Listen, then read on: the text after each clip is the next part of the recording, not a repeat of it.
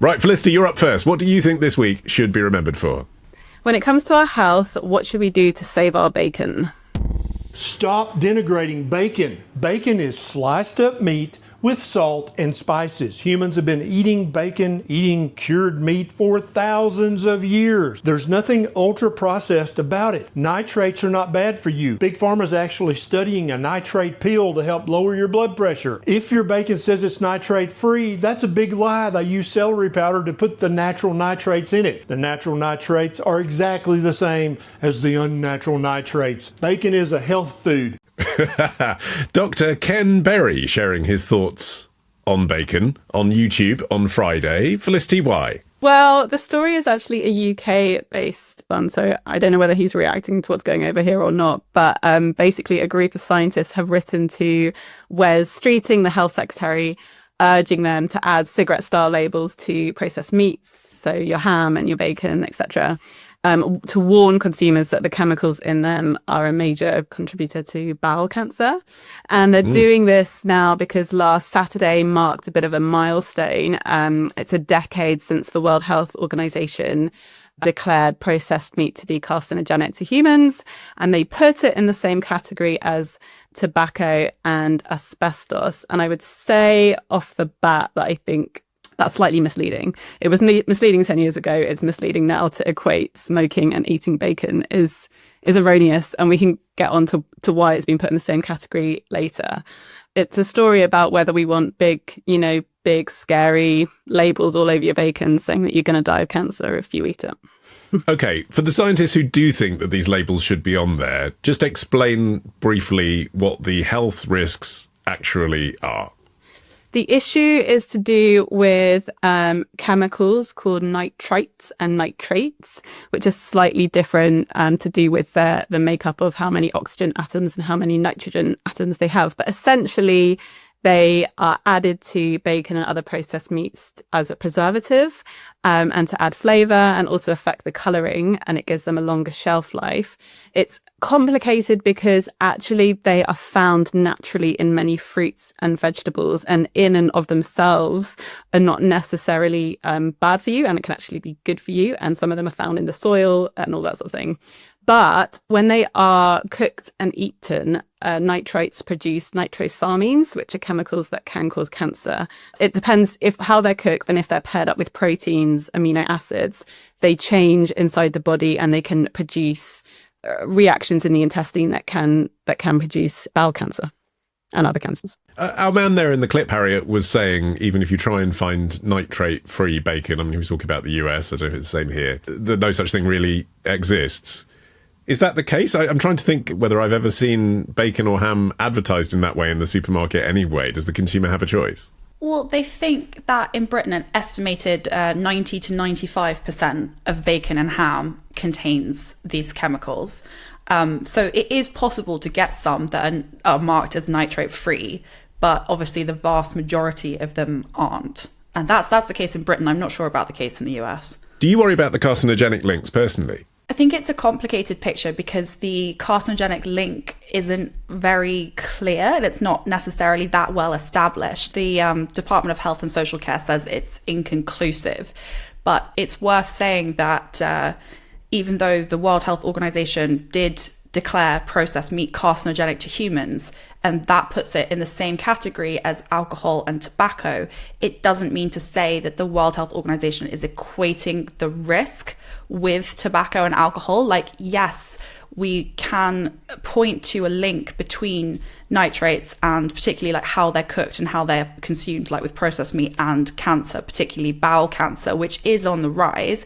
The actual risk is still quite small. So if they think that in the UK, out of everyone who eats 50 grams of processed meat per day, so that's about like 3 rashers of bacon, the chance of getting bowel cancer is 7 out of 100, as opposed to 6 out of 100 who will get bowel cancer in their lives in general. So the actual risk difference is quite small, but the cancer causing properties of these chemicals there's gathering evidence to suggest that there is a link. Okay. That's interesting, isn't it, that it is only a small increase, really, Jamie? Do you think that explains why the government, accused of doing nothing on this for a decade, as Felicity was saying, haven't done anything, haven't put this kind of warning on? Yeah, I think that's partially part of it. That's maybe giving them a little bit of a free pass. The government would say that, so like in the UK, regulators kind of review typical exposures when it comes to nitrites and nitrates and the science, and the Food Standard Agency has assessed the current permitted levels and considers them within the safety margins. The idea is that they're meant to update those as new evidence emerges. So if it becomes clear that some things are more carcinogenic than others, campaigners argue that these margins are now outdated and kind of not precautionary enough. The other big thing, I guess, is lobbying from we know from things like the sugar tax and actually discussion. Big pork, yeah, big pork, big ham. Two of the biggest lobbyists. The UK's like flirted with some measures in terms of labelling and packaging, and I would say actually potentially has got the kind of balance kind of correct at the moment. You know, the introduction of the traffic light system, which obviously came from the EU, I actually think really does work and has kind of stuck in the mind and is good for kids and is good for adults. Maybe we don't need, I know maybe Felicity will come on to this, but in Mexico, they're using massive kind of front of pack labeling on ultra processed foods, like big octagon warning, kind of black label, similar to like cigarettes and alcohol. And, you know, some people will say that that is necessary, but I guess there's an element of like not wanting to scare people as well into a situation in which they don't feel like they can get the right education or information that they need. It's also, I suppose, something that's added to food as an ingredient, isn't it, Felicity, rather than just eaten in and of itself. And so many recipes start with frying off some bacon at the beginning of the recipe. And I guess people aren't looking at the traffic lights when they're doing that, are they? That it's just it's a fat, it's a lubricant that you stick in the food at the beginning. Yeah, true. And it's such a basic point to make, but I feel with all of these like health and diet related stories, probably the most true and sensible and helpful thing you can say is eat it in moderation. Like, I don't think anyone regards bacon as a health food. And if you're eating a bacon sandwich 3 times a day, you must know that that's an unhealthy thing to do. But adding a small amount of bacon, like you said, as a base to a bolognese or having a bacon sandwich every now and again, I can't really see how that could be bad for your health. I mean, certainly, you can't just like cut bacon off from the animal and eat it. Like, these are also preservatives that are being added. And, some people would say that actually by adding these chemicals, you're actually making them safer to eat because it can, reduce the risk of getting like bacteria in the meat and all that sort of thing. So there's food safety issues, which is why preservatives are added to the food. And when you think about the list of ingredients found in other products on the shelves and like the huge amount of ultra processed foods, UPFs that are out there with all sorts of like weird and wacky ingredients, it's strange to me to make bacon like the bogeyman of like the food on what's out there, basically. Yeah, I suppose it's also not addictive, is it? That's the other thing. Comparing it to tobacco, you can have bacon occasionally. You might be craving it, but it's not quite the same as tobacco, which lures you back in for more when we know it's bad. But a couple of people have mentioned UPFs now, Harriet, ultra-processed foods. That really is a big conversation, isn't it? And I guess the point is people are looking for the link between UPFs and the rise in cancer. They want to say, look at all this crap we're eating. Of course, that's the reason we're getting cancer. But it's hard to prove a link. It's such a nefarious term and it means so many different ingredients. Maybe they're just latching on to the thing we know can cause cancer. Yeah, I mean, the thing about the conversation around ultra-processed food is that even though this is a term that was actually coined by a Brazilian back in 2009, there is no one scientific consensus on what it actually means. So it's like industrially formulated products which have like high fats, starches, sugars, additives, flavorings, coloring, preservatives. But there is no definition that you can point to what actually constitutes an ultra processed product. But this conversation and this concern has kind of been like turbocharged over the past few years by pretty much by one doctor, Dr. Chris Van Tulleken, who has made kind of an astonishing fortune with his book that's kind of demonized ultra processed food. This is a very, very, very big picture. Like at the moment, we're just talking about nitrites and nitrates that are in all processed meats and pork, not just bacon. But the conversation around ultra processed food is significantly bigger. I think the issue here is that it is true that rates of bowel cancer have increased pretty dramatically over the past 2 decades, among adults under 50 especially. So the incidence has kind of doubled every decade, but scientists haven't really got like one specific reason why. And there has been some link with eating processed meat every day. And there's another link that's been discussed a lot this year, which is a toxin called colibactin, which they believe that exposure to this toxin that happens in the first 10 years of your life could be manipulating DNA and increasing your cancer risk. But it's basically not clear. There is a big, what the World Health Organization has termed an infodemic around these so-called ultra processed foods kind of being lumped together and demonized under one undefined umbrella. And there is starting to be quite a significant pushback to that from scientists that say, actually, this is kind of fueling guilt and anxiety, because the food chain being what it is and the food industry being what it is not actually very easy to eat whole, unprocessed, organic, just like fruit and veg. Like it's not actually very accessible to most people, and the stigmatization around processed food has kind of led to people feeling like it's their personal fault for how they eat, where actually like the fault is on, like Jamie was saying, these incredibly powerful food companies and drink companies who stand to lose a significant amount of money. Yeah, so I mean, with that in mind, Jamie, why stigmatize, why demonize, why, label with a warning any food stuff? If it's complicated, why not just encourage people to eat the good stuff? Why not lay out the supermarket, fruit, vegetables, fish, meat, and you know what it is? And you give basic advice on what people should be eating. And then if they pick up some Pepsi as well, that's up to them.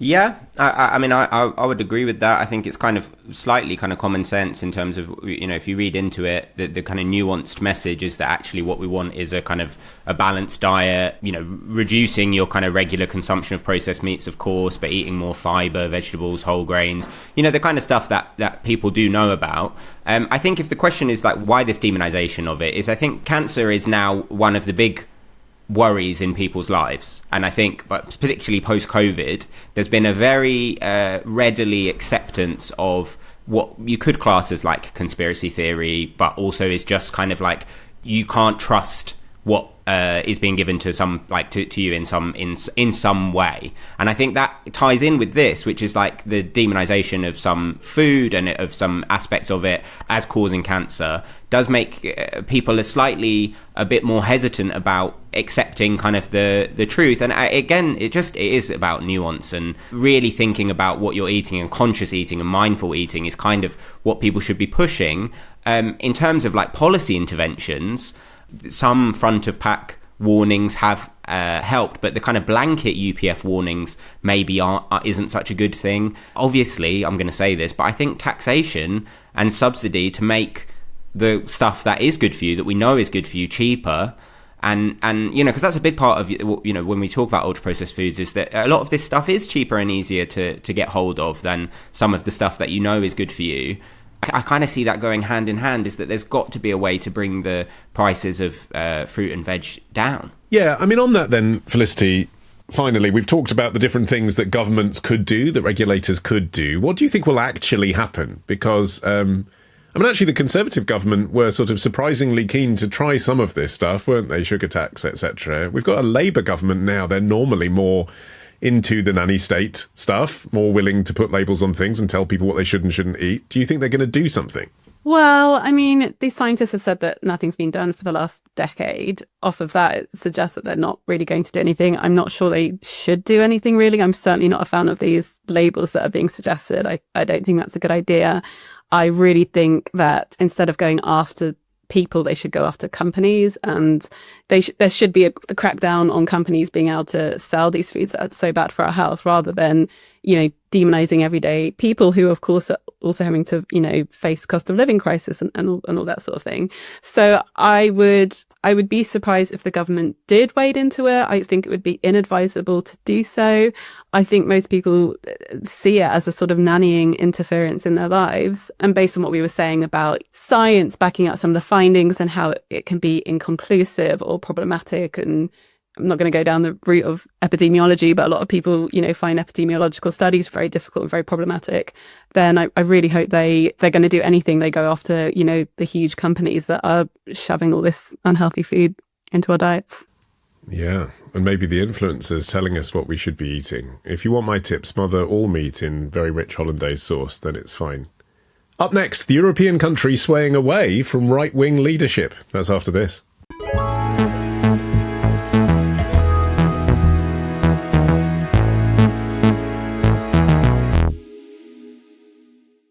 Jamie, it's your turn. What do you think this week should be remembered for? The results are in, and voters have gone Dutch. The first question is who will become the biggest party? We see far-right PVV governing in the last coalition, stepping out, being losing quite some seats. Important signal also for the rest of Europe, I think. And again, opposite of that, we see D66, Liberal Progressive Party, gaining quite some seats. So it's up in the air who will become the biggest party. Jan-Paul van der Kerk, senior economist for ABN AMRO Bank, speaking to Bloomberg TV on Thursday morning after the Dutch election results, which went which way, Jamie? Yes, so with about 98% of votes counted, the centrist Liberal Party, D66, are heading for 26 seats, which is the same number as Geert Wilders' Freedom Party, known as the PVV in Dutch language. So it's a surprise in the extent that Wilders had thought that all of the polling suggested that Wilders was going to win again, but it now looks like he's lost 11 seats. The kind of big shock is D66, this kind of centrist Liberal Party, and they're kind of snapped back into relevance. So they were founded in 1966, hence the name, emerged as kind of radical Democrats, but they've kind of over time they've morphed into a social Liberal Party. They're pro-European, progressive on rights, very reform orientated on the state and the economy. I think crucially, when it comes to this election, their manifesto really talked about housing. Housing is a big issue, as it is over here in Holland, and they pledged to build 10 new cities to tackle the housing shortage. Really, I guess there's a lot of parallels for UK politics, apart from obviously the crucial thing, which is they have a different voting system. Which yes, I was going to say, you can draw parallels with the parties, but we would never have a result quite like this. No, exactly. And so the reason that this election was called was because Geert Wilders pulled his party out of the previous government that he was leading due to the rest of the coalition that he was in not supporting his quite hardline immigration.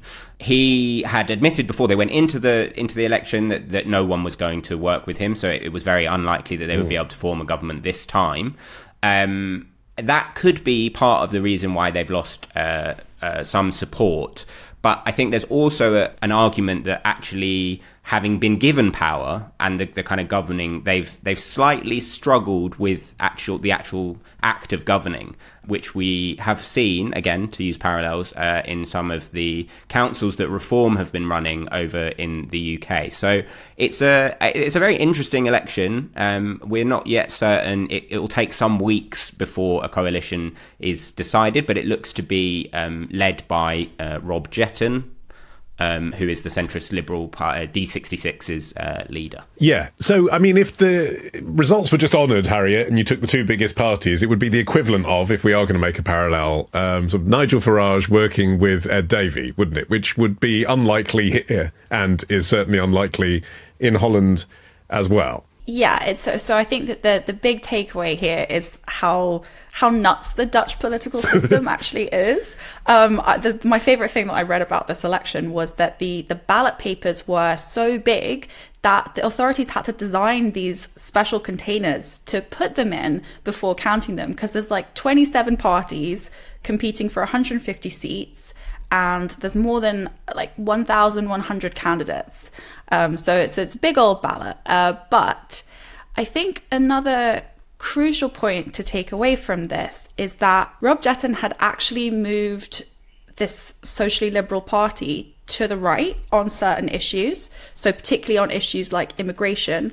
And he had kind of embraced this slightly nationalistic vibe as well. He kind of wrapped himself in the national flag and said that the political establishment had not acknowledged the burden of migration on working class neighborhoods. So that is kind of, that's quite an interesting takeaway here, that I think he himself has rejected this left-right political divide as an outdated concept. And I think that the broader picture as well is that even though we could look at this as an example of where far-right parties actually struggle when they reach government, like it's the same thing in all European countries when far-right or populist parties reach government. They have problems with coalition partners, they have problems with the laws, European laws and national debts, but they also pull the whole political spectrum to the right. So all the main political parties in Holland have moved to the right, and the far right continues to dominate the media ecosystem. I think we see that very similarly here and in France as well. So there's just kind of this normalization of far right rhetoric on immigration in particular. Even after Geert Wilders pulled his party out of the coalition still passed really, really, really kind of quite radical anti-immigration legislation. So I think that's the takeaway here. Even if the far right struggles in government, or even if the far right loses, it's pulling everybody to the right. But that doesn't mean it's pulling everybody, Felicity, does it to the far right? And that's a distinction that a lot of supporters, even of Geert Wilders, would make, right? They'd say, I'm concerned about immigration. And actually, to be fair, the supporters of D66 would at least say, I guess, I'm concerned about the costs of immigration, and it's a problem for our country. Mass immigration needs to be refined. So, I mean, it may pull everyone right, but that doesn't mean that they're all far right because they're voting on those issues. It affects Holland like it affects all the major countries in Europe. Well, I think that's what's so interesting, and what has been so successful for Rob Yetten is he hasn't sort of casted anyone who expresses, you know, some unease about immigration as being a fascist far-right nut job. He has talked about, he has described himself as a progressive patriot. And as Harriet was talking about with the flag, they do have concerns about immigration, but they are doing it in a way that is positive. It was a very positive campaign of what do we want this country to look like. They were running a campaign in a time of mass immigration. There were legitimate concerns about this. I think that was what was so successful. It was like, we're not just going to pretend this issue doesn't happen. We accept that there is an issue here, but how do we go about doing this in a way that is, you know, non-racist and positive and progressive, which I think is a really useful blueprint, perhaps, of how parties should approach this issue. And I think it's really, really interesting, because I think supporters of Wilders will feel intensely frustrated with him because he had this chance, because he was in a position where, you know, you had a right-wing coalition in power, and he kind of blew it, basically. And he allowed for an opening where another party that was seen as way more competent — you have to remember that the right-wing coalition was seen as massively chaotic, loads of infighting. It was negative. That, you know, Wilders himself is very, very controversial. Some of the stuff that he has espoused is definitely racist, really, like nasty stuff. And by being so incompetent, it has given way for a new way of thinking about the topic of immigration to come through. And you can't help but see parallels with reform. And when you look at all the recent stuff about Kent Council and how chaotic and how incompetent, I think a lot of people, you know, in this country, they also might have legitimate concerns about migration, but they look at reform and they see negativity and incompetency and chaos and think, do we want that in charge? So I think it has lessons that the UK could take on board, and that's why it's such an interesting story. Yeah, I think the slogan, Jamie, for DC6 at this election was, "It is possible." But that's maybe a hard slogan to actually deliver on, isn't it? Because the whole reason that right-wing parties are doing well across Europe is they say, it isn't possible. It isn't possible to have mass immigration and have a publicly funded healthcare system, for example. Yeah, as far back as, you know, there's some of the elections that you study at school, hope has been a big driver for votes. And I think that's what Felicity was saying about the kind of positive campaign that's being run, and the kind of the moderate voters in Holland probably aren't massively opposed to what Geert Wilders' kind of core issue is, but they do see him as destabilizing. But it also, there's an element that makes me think, like when I saw an interview with him just last night, as in when the exit poll came through. Wednesday night, yeah. Yeah, so Wednesday night, and he wasn't deflated or disheartened, because I think he ultimately sees the kind of power that being on the outside and as a protest and as a group in that way, that I think it kind of benefits him. If he can't, have outright control, then maybe it's better to be shouting on the sidelines than it is to be in charge. I do agree that the parallels with the UK are really apparent in terms of, what Harriet was saying about, it's mad to me that we were having a discussion last week about comments about whether or not adverts should show, Black and Asian people, that kind of stuff. You really thought was in the 1970s, 1980s, but actually now people are having debates about whether that's a legitimate concern, whether they should reflect, adverts should reflect the whole country and stuff. So that Overton window, that it has been moved to the right by all of this, but I think the kind of potentially the hope or the possibility of change is that idea of like, well, if a centrist or slightly liberal party can prove that they're able to give credence to some of the issues that are obviously of concerns to people now in 2025, but are able to do it in a way that isn't chaotic and isn't doesn't feature insurgency and negativity, then potentially there is a way to kind of nip it in the bud in a way.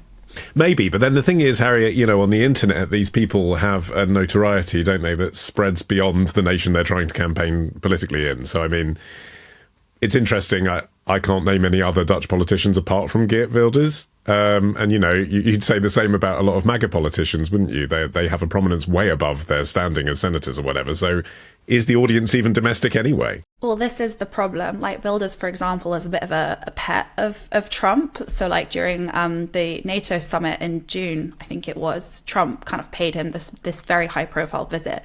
He's also the most discussed politician on Dutch television, even though he barely gives interviews. The far right has the stranglehold on the media in France, in Germany, in Spain, in the Netherlands, and in the UK. And you can see that in the disproportionate coverage of far right parties. And because of that, exactly because of that, even so-called centrist politicians are kind of normalizing far right rhetoric. Like, for example, in the Netherlands, the leader of the centre-left, it's like Green, Left, Labour, now joint party, has talked about a refugee problem, and he appeared on a far-right TV programme. One of the parties was very hesitant to categorize people like demonstrators at The Hague who were performing Nazi salutes. They were very, very, very scared about categorizing that as neo-Nazism, even though, Hitler's salutes is quite definitive. And you can see that very much in the UK. But you can also see that even when everybody tries to compete on the same turf as the far right, it doesn't work, because people prefer, like Wilders is going to be more powerful in opposition. He's going to continue to set the agenda. And he's even said so himself. He says being in opposition is a lot of fun and we do it very well. What's interesting about the Netherlands is that one of the main things that stopped Wilders was the EU's asylum laws. So he actually requested an exemption for the Netherlands on an asylum law, and Brussels was just like, no. And the AFD in Germany would have similar constraints. But obviously in Britain, that wouldn't be the situation. Like the far right, if they ever got into government, would be constrained by the markets and by national debts.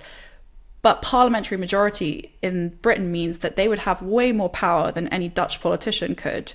So I think the lesson here is really one of caution. Like, this is not necessarily just a straightforward victory of a socially liberal party. In the meantime, though, Felicity, I guess maybe a government that's a bit easier for Starmer and Macron to deal with. Yes, I'm sure that's true. I mean, obviously a big pro-EU party, so I'm sure lots of left-wing governments across Europe and certainly the European Union will be breathing a sigh of relief that they can, probably get more done with this. But I think the fact remains that we still have to see, don't we, really, who's going to actually form the coalition and who's going to be in it and who's going to be the leader and all that sort of thing. So I think there's still quite a long way to go, but I think a lot of people will be relieved that Wilders is out.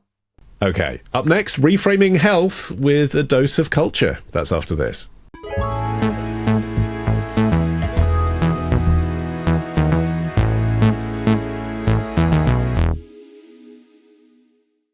Okay, Harriet, you're finishing the show. What do you think this week should be remembered for? Are we all about to become the picture of health?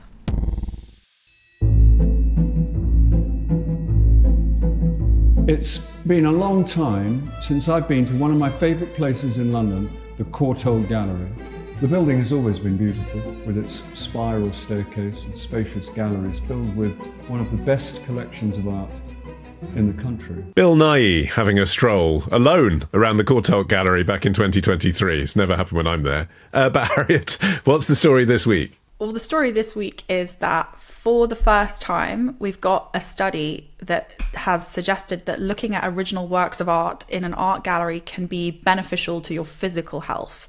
So there's been lots and lots and lots of studies over the years that have suggested that looking at art is really good for mental health. It can reduce stress, promote emotional well-being.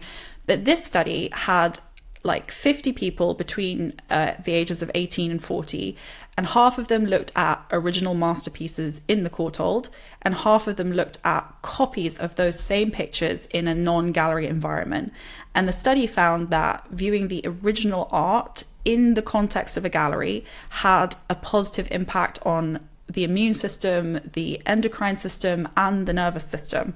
So not only did art move people emotionally and reduce stress, but it also boosted the immune system and decreased the risk of certain diseases, like, for example, like heart disease and diabetes is linked to these inflammatory markers that was slightly reduced. It's the anti-bacon.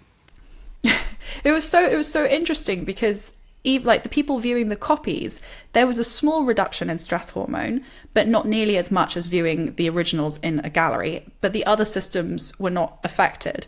So the researchers were genuinely really surprised at that. This is the first study of its kind, and the results have been incredibly surprising. So, I mean, you're not a physician, but why do you think there would be any link to physical health? Is it just simply that mental health and physical health are connected? It is really the mental health benefits of art translating into physical health?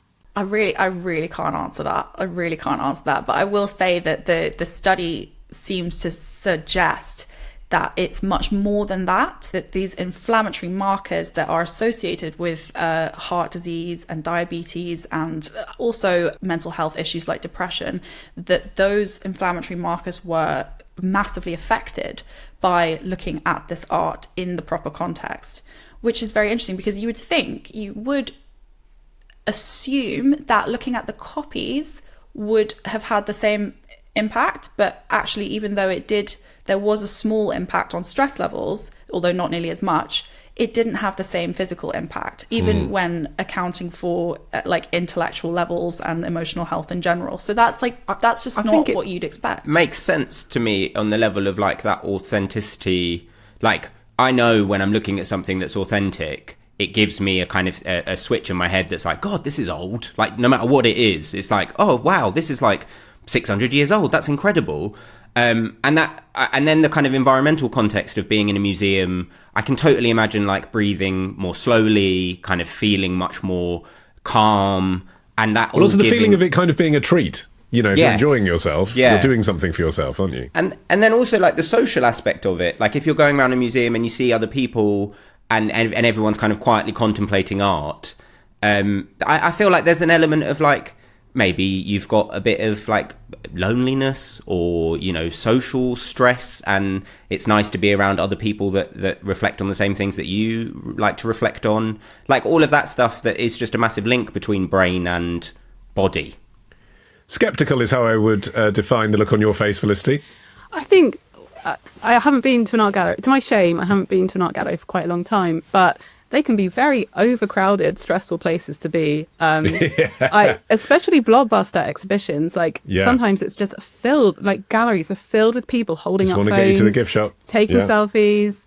It's not the case in this study. There's only 50 of them in this study. Well, that's why it's not a legitimate study, possibly, right? There we go. Well, I mean, it is a legitimate study. Well, I mean, it's a control group. It has to be like peer reviewed, though, has it? And it seems a bit, I don't know, it seems slightly wishy-washy. It also must depend on what art you're looking at, right? Like if I'm looking at a picture of The Scream or Guernica, Picasso's masterpiece about that, is that going to make me feel like I feel so calm? This is so great for my health and health. I don't know. I'm just posing it. I just don't always think that art galleries are these like beautiful, stress-free places where there's hardly any people and you can feel calm. I do think that a lot of art galleries where, if you go into a room that no one else, there's nothing famous in that room, you can go in and be the only person there. And there's like, it's a beautiful pocket of peace and, tranquility. But lots of galleries do get horribly overcrowded and lots of art is incredibly disturbing. There's a bigger picture than just this study, though. Like, even though a lot of the evidence that viewing art is beneficial is not necessarily been in the past very scientifically rigorous, because there's no universal definition of what constitutes like a masterpiece. It is true that lots of countries around the world are increasingly turning to museums and art galleries as ways to promote well-being. Like, doctors in lots of countries are starting to prescribe visits for the elderly and for people with dementia and for people with depression. So it's a much bigger picture than just this study. Do you think art is something that should be prescribed, Jamie? If further studies started backing this up, as Harriet was suggesting, is this something that people should actually be told to go and do, not just encouraged? Yeah, so actually in Scotland, GPs do prescribe social prescription museum visits to help people with mental health and social isolation issues. If this is proven, and obviously it comes with the caveats that Felicity was mentioning, it kind of does make sense. I mean, there's been a whole we've done stuff, I think, actually on this podcast before about social prescription and about the pros and cons of treating some of the issues, mental health issues, that kind of thing. What else can they suggest that isn't just medication or things like that?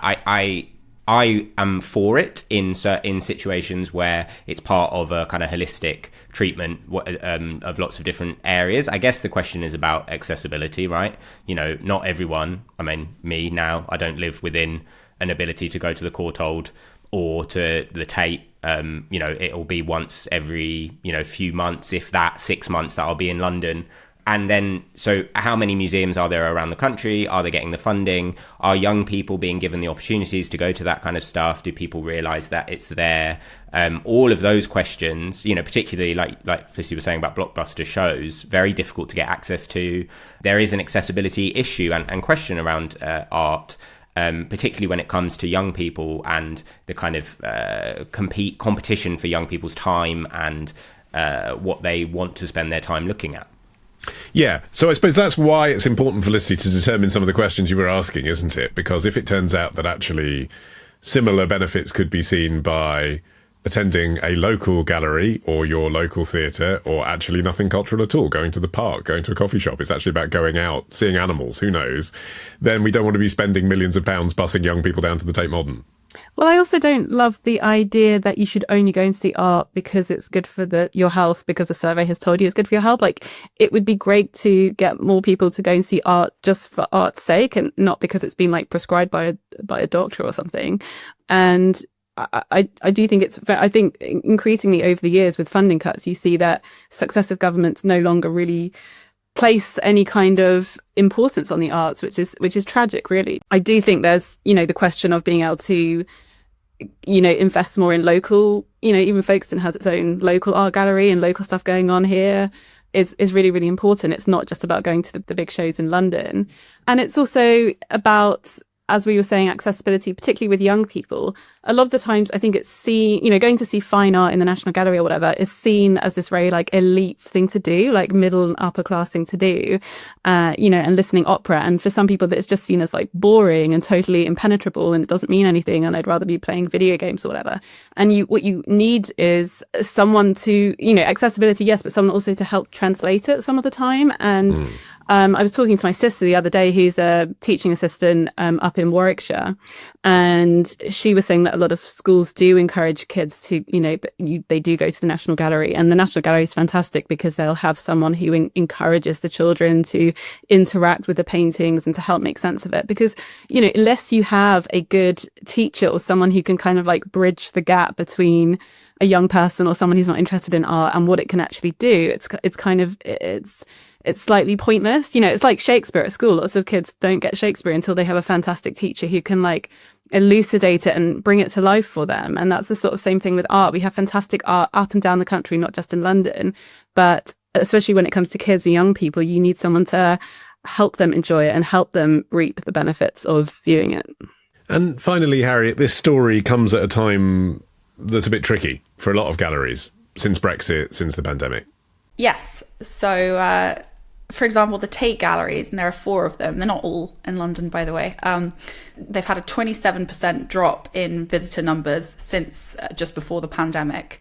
And the director is blaming Brexit and the pandemic because of even though the domestic visitor levels are almost at pre-COVID levels, the international levels have dropped significantly. So people blaming this very controversial rehang in 2023 aren't really accounting for that. So the Tate director is blaming Brexit because the European visitor numbers are down so much. Also, Chinese visitor numbers aren't back up to pre-COVID levels. But it's quite a nuanced picture because like National Gallery visitor numbers are also down massively from pre-pandemic levels. Royal Academy and also the Gallery of Modern Art in Glasgow, the Walker Art Gallery in Liverpool. But the number of visitors to the British Museum and the Natural History Museum, which are 2 of the most visited places, like museums and galleries in the entire world, they're really up year on year and also higher than pre-pandemic levels. And like the Ashmolean in Oxford and the Fitzwilliam in Cambridge have also had record years with the blockbuster exhibitions.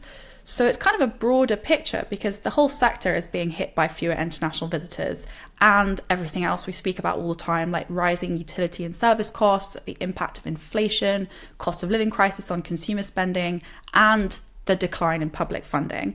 And also the abolition of tax-free shopping by the last Conservative government. We're now the only European country without tax-free shopping, so we're really losing market advantage there. So a lot of UK galleries are kind of lagging behind European and American and Chinese galleries on their struggle to regain visitors, and they have a relative lack of state and philanthropic funding. But that, I think, is not to say that they are not valued by the governments of the last 20 odd years. Like we haven't spoken about the fact that in 2001, all government-sponsored museums and galleries scrapped their entrance fees in the UK as part of this plan to broaden access to culture and heritage. And this program was such a big success. Like visitor numbers absolutely shot up. And among young people, even more so, there was some increase in people from working class backgrounds, more so outside of London. There was also an increase in visitors of ethnic minorities, particularly in London. So there is this incredible cultural and artistic wealth on everyone's doorsteps in Britain, not just in London. I think the question is how to keep people interested as the world changes, and how particularly to encourage young people to feel as though this is something that's accessible to them, because like it can broaden horizons so much, particularly for young people, to see this kind of art. And it is much more important than just, it's partially beneficial to my emotional, mental, physical well-being in this brief and intangible way. Like we have this incredible cultural wealth in this country. And I think that is something that we should celebrate. Okay, finally, best painting, gallery, photo, exhibition you've ever been to had an impact on you. Jamie? I went to the Museum of Broken Relationships in Zagreb when I was 21. And that sounds like a lyric from a song. Yeah, going through a breakup. And it was just the best thing I've ever done. Okay. But not the best thing I've ever done. That's a lie. It's one of the good things. Some of the good things that I've done in my life included that. Felicity. I just got back from a holiday in West Sussex and we visited Charleston, which is the house of Vanessa Bell, the artist, and her whole house is just like decorated incredibly with art. And it was wonderful to be there, but with 2 screaming toddlers who don't appreciate art. Not so fun. Harriet? I think it's a tie between seeing the Guernica for the first time in Madrid and seeing Frida Kahlo's house in Mexico City. Good choices. I mean, for me, it's always whoever does those dogs playing poker. That's it. My thanks to Harriet, Jamie and Felicity. You can follow this show for free. You can get every episode as soon as it's released. Just search for The Week Unwrapped wherever you get your podcasts, including YouTube, where you can watch us as well. Hang us on a wall. It might help your health. You can also get 6 free issues of The Week magazine with a trial subscription if you go to theweek.com/subscriptions.